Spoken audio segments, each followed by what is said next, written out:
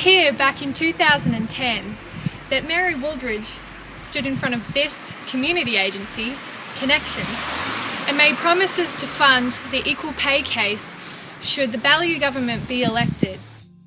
Baillieu did go on to win the election, but after the equal pay case was granted by Fair Work Australia, Baillieu refused to fund wage increases for the community sector, standing as the only Premier in Australia to deny funding to workers in his state.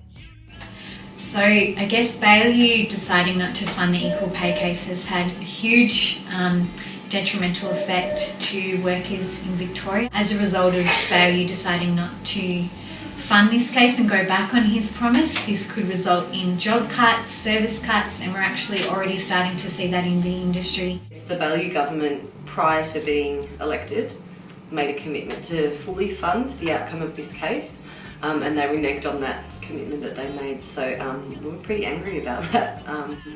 If the state government doesn't commit to fund some of these programs, or the outcome of the case, and that means that services will be cut, people will lose jobs, vulnerable families will be impacted. When workers consider their future in the sector, the outlook is grim.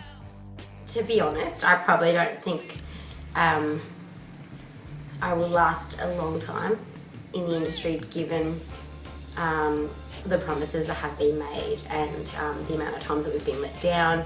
If the funding continues the way it is, or if it's even cut, then to be honest, I'd probably be looking at other avenues where I would fall under a different award, where I could possibly increase my learning, my role and pay. And the message that the community sector has for the Baillieu government? I ask him about what he thinks our work involves and what he thinks we do, or does he have some kind of understanding of the families that we work with? The letting down families, the letting down children, the letting down young people.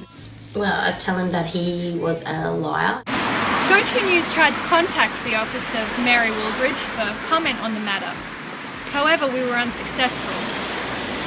And a lot of speculation still remains as to how the industry is going to fund the equal pay case, leaving a lot of social workers in uncertainty and frustration.